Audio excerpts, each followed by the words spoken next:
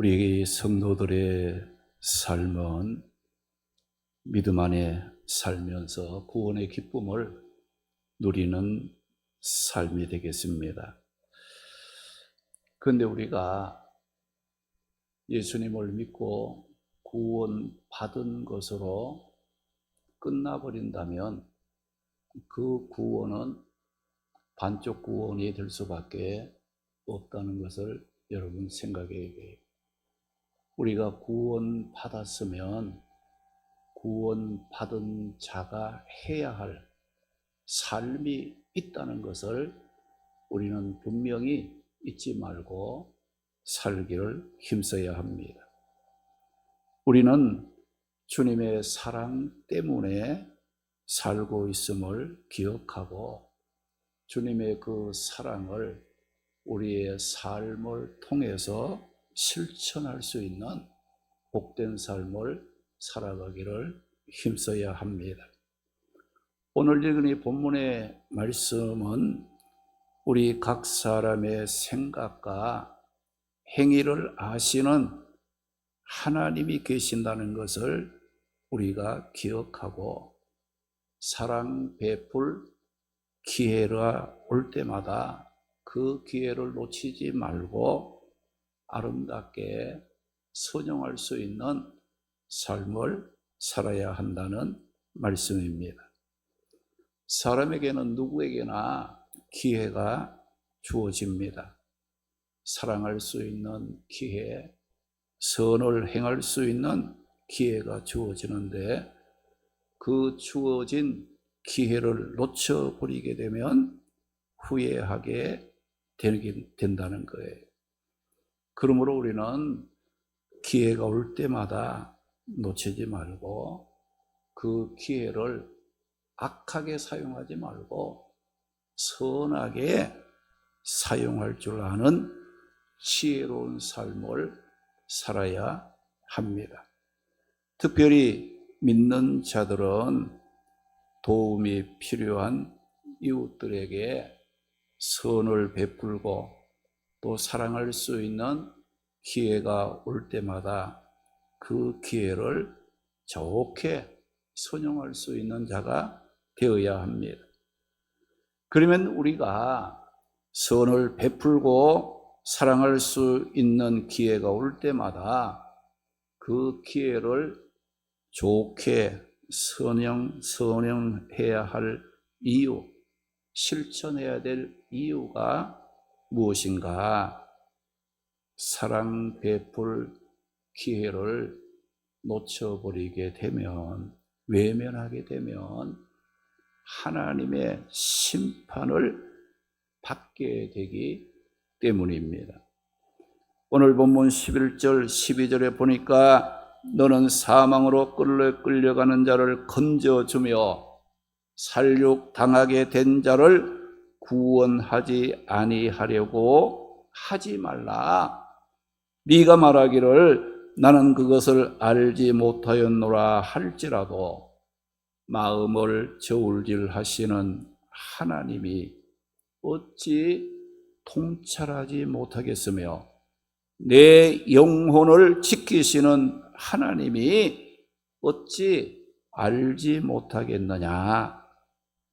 하나님은 각 사람의 행위대로 보응하시리라고 말씀을 했습니다.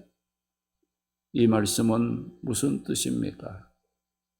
사망으로 끌려가는 자, 살육을 당하게 된 자, 즉 도움이 필요하고 사랑의 손길이 필요한 위급함에 처한 자들을 우리 성도들은 도와주고 사랑을 베풀어 주어야 할 사명이 구원받은 우리 성도 각 사람에게 주어졌다는 겁니다. 그런데 이 주어진 사명을 감당하지 못한 자들에게는 각 사람의 행위대로 보응하시는 하나님의 심판이 따르게 된다고 말씀을 하고 있습니다.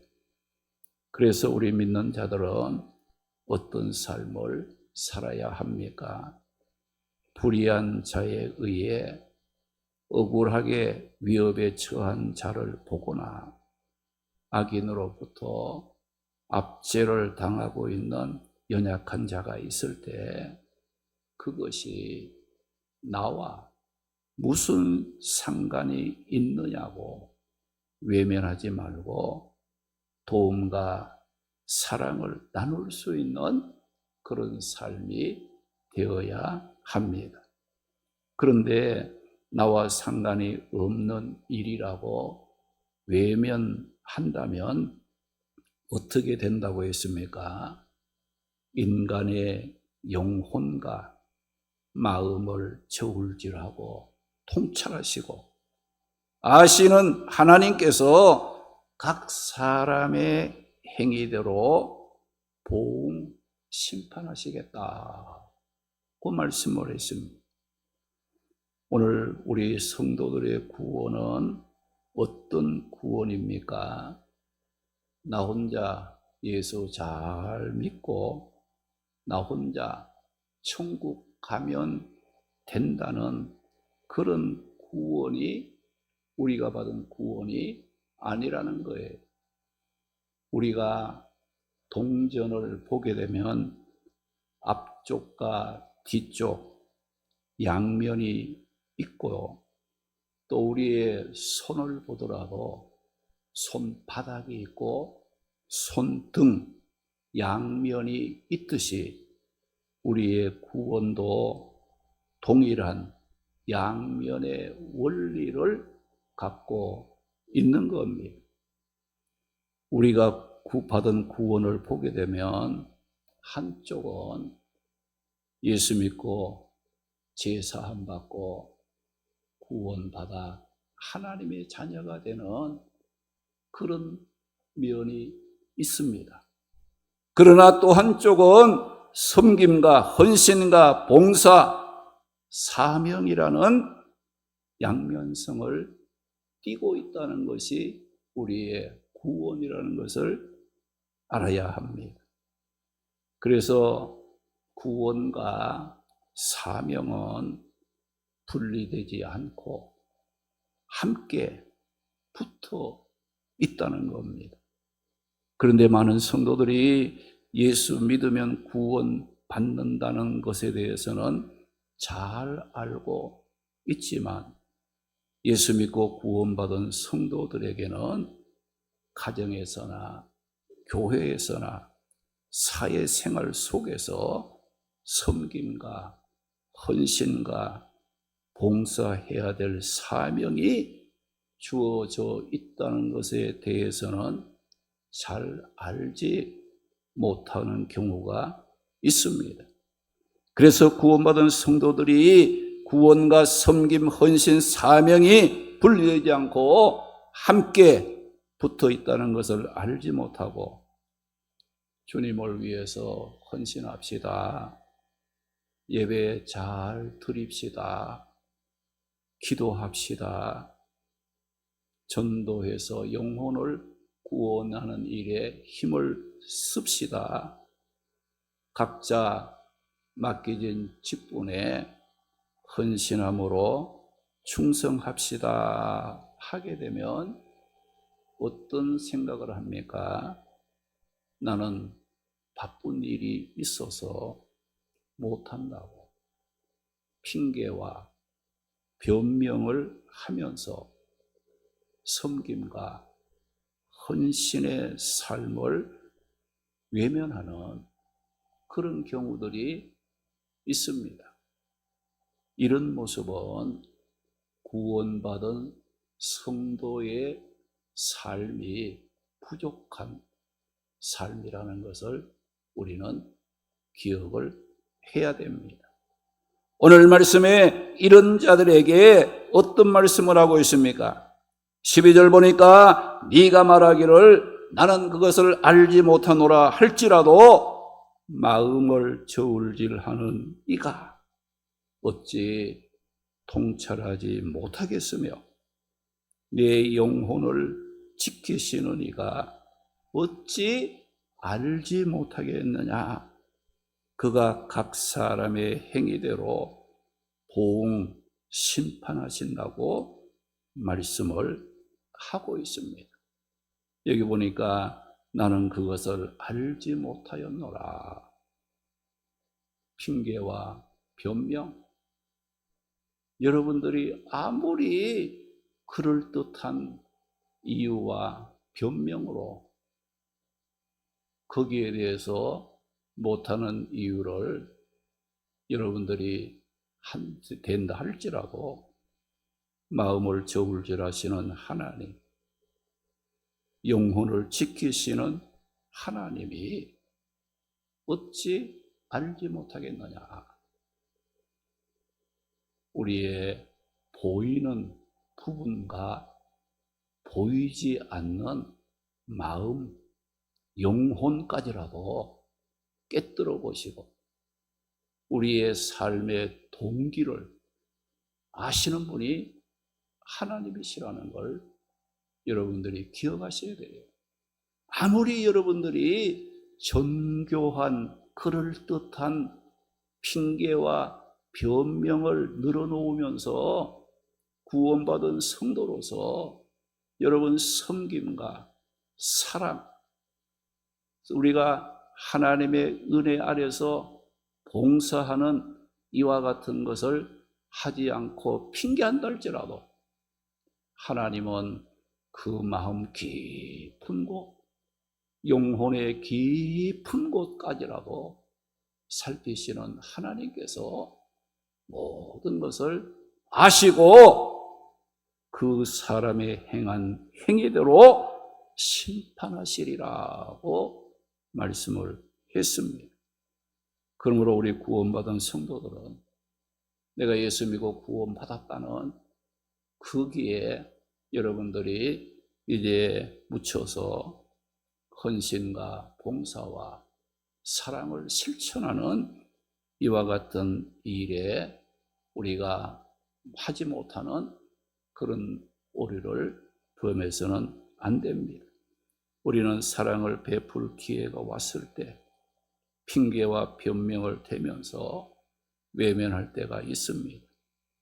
우리가 사랑 베풀 기회가 왔음에도 나는 몰라라 핑계를 하며 외면하며 우리의 마음을 저울질하고 통찰하시는 하나님께서 어떻게 하신다고 했어요? 12절의 말씀에 아무리 그것을 알지 못한다고 변명을 한다 할지라도 하나님의 앞에서는 통하지 않습니다. 하나님께서는 다 아시고 그 사람의 행한 행위대로 보응 심판하신다고 말씀을 하고 있습니다. 자신이 해야 할 일을 하지 않고 변명하는 사람들의 공통점은 다 개인주의적이고 이기적인 삶을 사는 사람들이라는 겁니다. 그래서 하나님께서는 그들이 행한 행위에 합당한 대로 보응하시겠다고 말씀을 하신 겁니다. 마태복음 25장에 보게 되면 주님이 심판장으로 오셔서 모든 사람을 오른편, 왼편에 세우시고 심판하시는 장면이 나옵니다.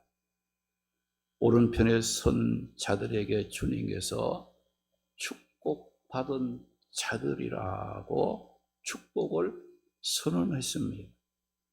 그 이유가 뭐예요? 주님께서 내가 줄일 때에 너희가 먹을 것을 주었고 목마를 때에 마시게 하였고 나그네 되었을 때에 영접하였고 헐벗었을 때에 옷을 입혔고 병들었을 때에 돌아보았고 옥에 갇혔을 때에 와서 보았느니라. 이렇게 예수 말씀을 했습니다. 오른편에 선 의인들이 주님이 하시는 그 말을 듣고 대답을 이렇게 했어요. 주여, 우리가 어느 때에 주께서 줄이신 것을 보고 음식을 대접했으며 목마르신 것을 보고 마시게 하였나이까? 어느 때에 나그네 된 것을 보고 영접하였으며 헐벗으신 것을 보고 옷을 입혔나이까? 어느 때에 병드신 것이나 옥에 갇히신 것을 보고 가서 배웠나이까? 할 때에 주님은 그들에게 이렇게 대답을 했어요. 내가 진실로 너희에게 이르노니 너희가 여기 내 형제 중에 지극히 작은 자 하나에게 한 것이 곧 내게 한 것이라고 말씀을 하셨다는 겁니다.